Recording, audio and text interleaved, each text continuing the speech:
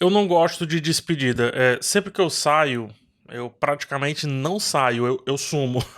Eu dobro a esquina e daí eu não volto tão cedo. Pra que se despedir, né? Desculpa o clichê, mas pra mim o que vale é a jornada. O que vale são os caminhos. Todas as despedidas são pra mim meio que rompante assim, sabe? São sem abraços, sem a tal falsidade de a gente se fala e tudo mais. E entenda, não é que eu acho que as coisas não devam acabar. Eu acho que sim, que devem acabar. Eu só não sei como acabar com as coisas. Uma frase que eu carrego aqui no braço, né? Bem aqui no antebraço, na verdade, que é a citação de uma música, diz assim: Forever feels like home, ou seja, o pra sempre soa, parece como se fosse uma casa, como se fosse um lar, né? E mais uma amiga minha se foi. Porém, diferente de mim, essa sim soube se despedir e me deu um belíssimo abraço. Better Call Saul, episódio 63, o último. Difícil fazer esse vídeo, mas vamos lá. Eles fizeram o trabalho deles, agora é minha vez.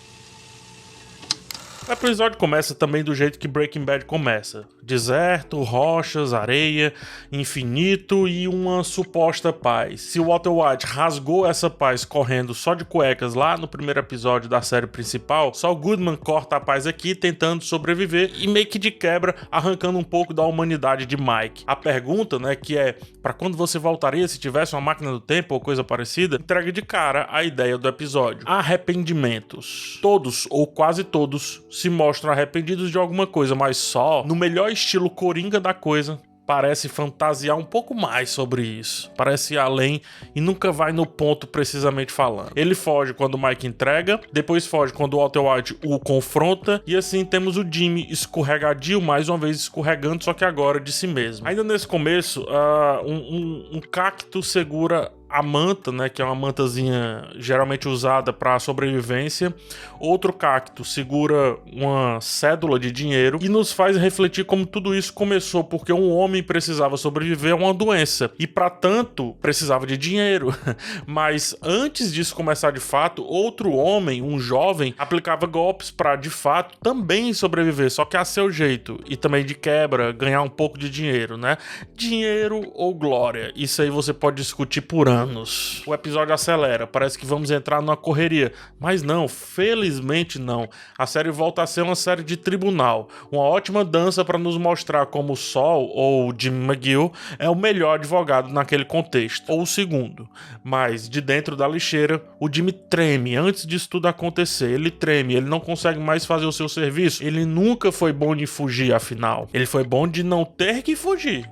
É diferente. Se foi na lixeira que ele encontrou o seu maior caso até ali, que foi o lance da Sandpiper, por que não da lixeira também surgir, aí sim, o seu maior caso de todos? Saul Goodman defende Jimmy McGill. Essa cena da lixeira também é muito importante pra gente ficar bem ciente de que não adianta, o crime ele vai te levar rapidamente pro pior dos lugares. O Walter White teve 2 anos de bonança. Enfim, Jesse um pouquinho mais, só um pouquinho mais, mas ainda é muito pouco se comparado ao tempo de uma vida plena, né? Uma vida cheia, digamos assim. Clichê de novo, mas não compensa. Merece sim o lixo por tudo que fez e por tudo que ainda planejava fazer. No cubículo lá preso, só o Goodman pensa. Primeiro ele tenta lutar batendo contra uma parede. Ele é um péssimo lutador, né? Ele perdeu no boxe pro Howard. E vocês sabem, ação e reação nunca falha. Então a parede bateu forte nele tanto quanto ele queria bater. No caso, a porta, né? Quando para e coloca os ânimos no lugar, vê a mensagem pejorativa sobre um advogado e lembra então do Oakley, que no último encontro, né, que a gente havia visto dele, também foi pejorativo, foi um encontro pejorativo. Sentado, preso, impossibilitado, Jimmy começa a dar lugar a Saul. Então, Saul começa a voltar ali naquela cena.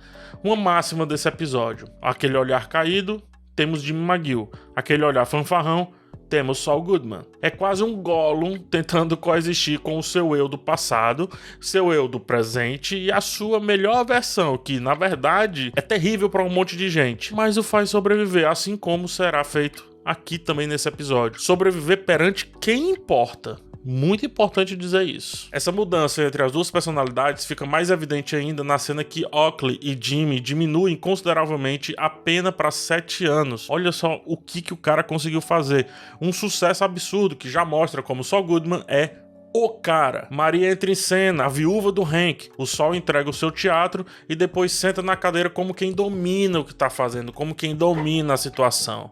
Até então temos Saul lidando com meias verdades. E assim será até o dia do julgamento perante o juizado. Ali tudo vai mudar. As coisas começarão a ir por inteiro para as verdades. É importantíssimo entender a atuação do Bob Odenkirk aqui nessa cena da prisão, para ser também impactado pela mudança de atuação depois que ele sai lá das meias verdades e passa para as verdades inteiras. Mas olha que curioso, tá? Realmente tudo que Saul estava falando, especialmente sobre o Jimmy, foi real. Talvez o Jimmy tivesse realmente medo daquilo tudo.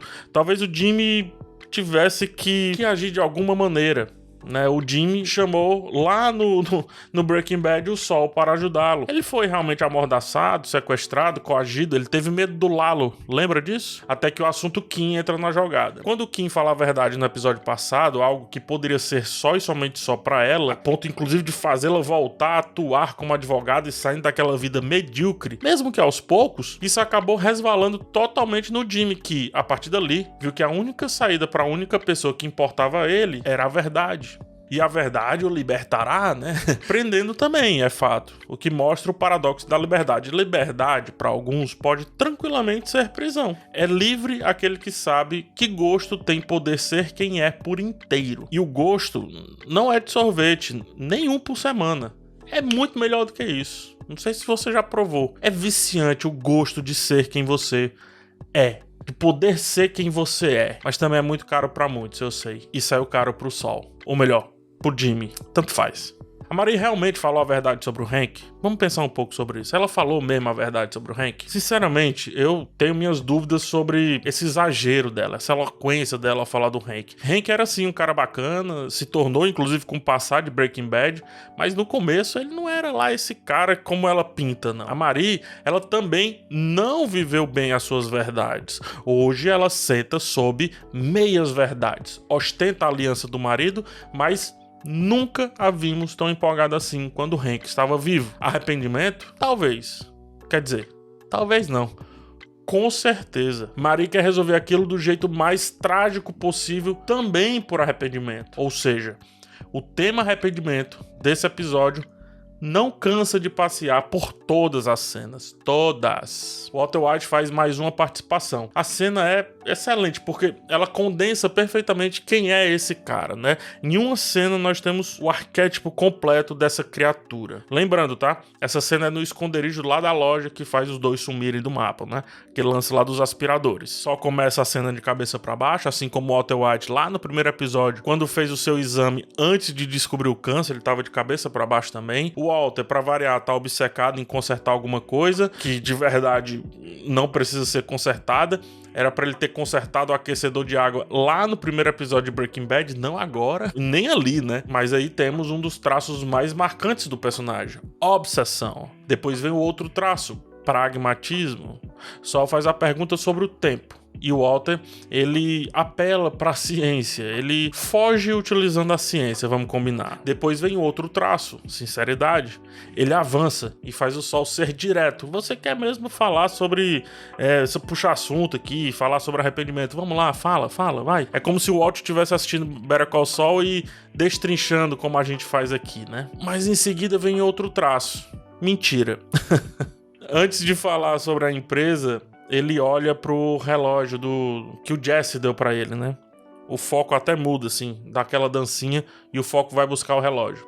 Aqui temos o tempo representado, mas também o homem que teima em não falar que o seu verdadeiro arrependimento talvez seja colocar o seu ex-aluno no seu caminho de destruição e caos. Por fim, o último traço, o babaca. Saul Goodman se abre, o Walter retruca e encerra a conversa dizendo que ele sempre foi daquele jeito que é. E ele tá certo, mas tem 1000 formas de dizer isso. O Jimmy sempre foi daquele jeito, mas quem disse que esse jeito não pode também ajudá-lo a não ser mais desse jeito? Do avião, Jimmy preso, olha para caminhos sinuosos, né? Caminhos que se separam, caminhos que levam para outros caminhos e outros caminhos e outros caminhos. Muitas curvas, alguns desmembramentos pequenos e a certeza que, naquele momento, Jimmy pensava sobre qual caminho tomar para finalmente desaguar no mar, como fez a Kim, por exemplo. E aí, quando o plano parece se formar na sua cabeça, Saul Goodman e o seu sorrisinho aparecem mais uma vez ali em cena. Corta para Kim decidindo tomar as rédeas da sua vida mais uma vez. Aqui a montagem nos diz que Saul também está prestes a fazer a mesma coisa, tomar as rédeas. Só que de outro jeito, né? Do seu jeito. Um jeito mais dramático, mais exagerado, mais Better Call Saul. Ele falou nesse episódio que só precisava impressionar uma pessoa. E não era a juíza, era a Kim. Ele só precisava de uma pessoa acreditando nele e nada mais. Dito e feito. Saul se apresenta como Saul no seu julgamento, né?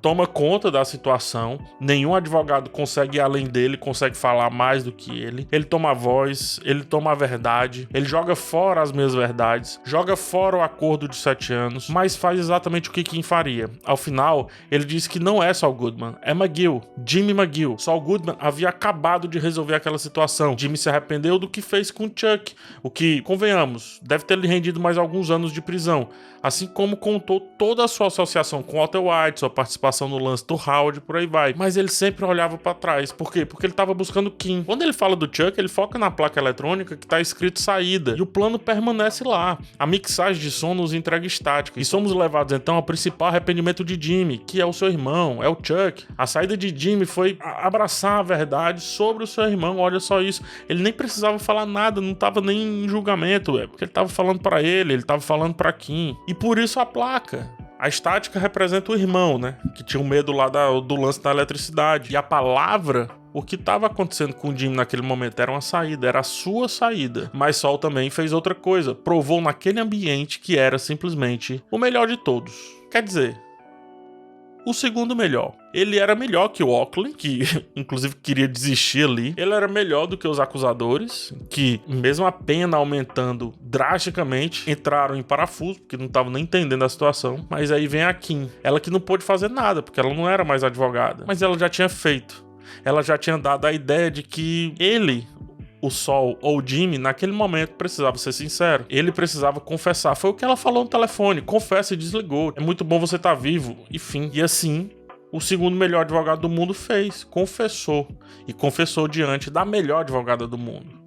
Juntos, são imbatíveis, é fato. Até quando eles estão separados. Better Call Saul começa com Jimmy visitando seu irmão Chuck. Finalmente também entregando ali o Financial Times, né? Que havia prometido um dia anterior. Sendo assim, depois do tribunal e com as cores de volta, vamos à real primeira cena de Better Call Saul. Um dia antes daquela mostrada lá no primeiro episódio, Chuck e Jimmy conversam, Jimmy faz a entrega, fala sobre o jornal e o Chuck sugere que pode ajudá-lo ali na carreira que ele tá tendo de advogado, carreira essa que o Jimmy começava a realizar. Jimmy nega, porque acha que é mais um jeito do irmão corrigi-lo, mas se Jimmy tivesse aceitado, olha só, se ele não tivesse sido teimoso, tudo seria diferente, não teríamos Better Call Saul e talvez nem Breaking Bad.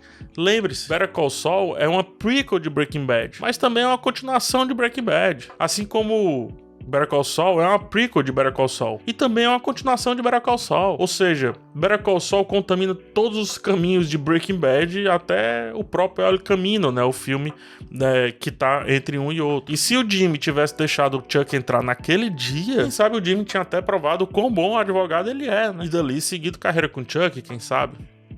É assim que essa série impressionante responde a verdade sobre qual é o maior arrependimento do Jimmy, que ele não falou. Se ele pudesse viajar no tempo, Jimmy voltaria exatamente para aquele dia ali. É tanto que o Chuck sai da cena pegando o livro A Máquina do Tempo, do H.G. Wells, que estava lá no primeiro episódio dessa temporada. Então esse livro representa a máquina do tempo do Jimmy naquele momento, pertencente àquele momento. O dia que ele disse o maior não deveria ter sido o dia do seu maior sim. Voltamos ao preto e branco. O Jimmy tá no ônibus com vários sujeitos que podem simplesmente amassá-lo a qualquer momento. Ele percebe o suor de um homem forte que demonstra o seu medo, né, esse suor descendo pela nuca, com aquilo que está por vir. O Jimmy nem passava pela cabeça dele esse medo aí, né? Até que vislumbra quando olha para aquele homem. Por isso que ele fica um pouco fissurado. Só que essa cena descamba pra outra coisa. O ônibus todo conhece Saul Goodman. É uma forma também do diretor congratular aquele personagem tão bem escrito, né? A cena acaba sendo uma catarse. Uma catarse do roteirista, uma catarse de todos que estão ali no ônibus. E como disse Chuck, não importa, né?